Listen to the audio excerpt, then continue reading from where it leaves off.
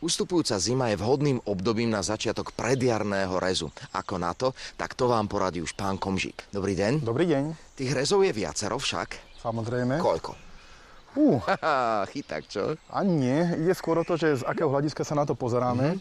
Keď sa pozeráme na rezy v priebehu jedného roka, tak dva také základy sú samozrejme zimný rez a letný rez. Keď sa pozeráme na rezy z hľadiska životnosti stromu, tak tam sú tri také základné. Prvý je výchovný, druhý je udržiavací, no a následne ten posledný je zmladzovací rez. Ktorý budeme robiť my? No, tak toto konkrétne je štíhle vreteno jablone, Áno. približne 5-6 ročné, čiže je to strom v plnej rodivosti, takže budeme na ňom robiť klasický udržiavací rez, ktorý sa v tomto období vykonáva každoročne. Čo sa týka prístupu k rezu, začína sa vždy od spodu. Áno. Pri štíhlom vretene si môžeme ponechať taký ten základný tanier, kde sú tie konáre aj trošku pevnejšie, ktoré tvoria ten základ. Následne v strede by to malo byť v týchto partiách trošku také presvetlené, aby aj tá spodná os bola pekne osvetlená.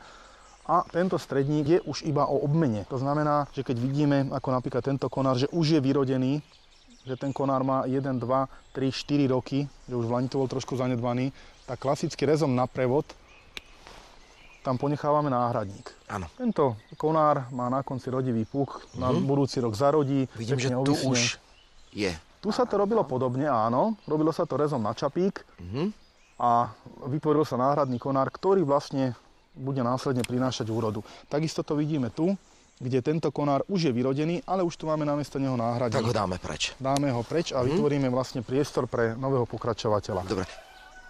Je nejaké pravidlo, že centimeter alebo pol centimetra? Nie, práve že nie. Pokiaľ robíme rez na prevod, tak ten rez by mal byť čo najtesnejšie k tomu ponechávanému výhonu. Čiže k tomu ponechávanému čo najtesnejšie, áno? Tak. Dobre. Pokiaľ robíme rez na čapík, ako bol napríklad tu robený, tak vtedy sa ponechávajú. Ten robíme vtedy, kedy nemáme vhodného pokračovateľa na tom výhone. Napríklad tento, kebyže chceme zrezať, tak buď ho odstránime úplne na konárový krúžok, alebo ho zrežeme rezom na čapík, pretože rastie pod veľmi silným uhlom, ktorý je nežiadúci. Rez na čapík znamená, že mu necháme, dajme tomu 2-3 cm. Áno.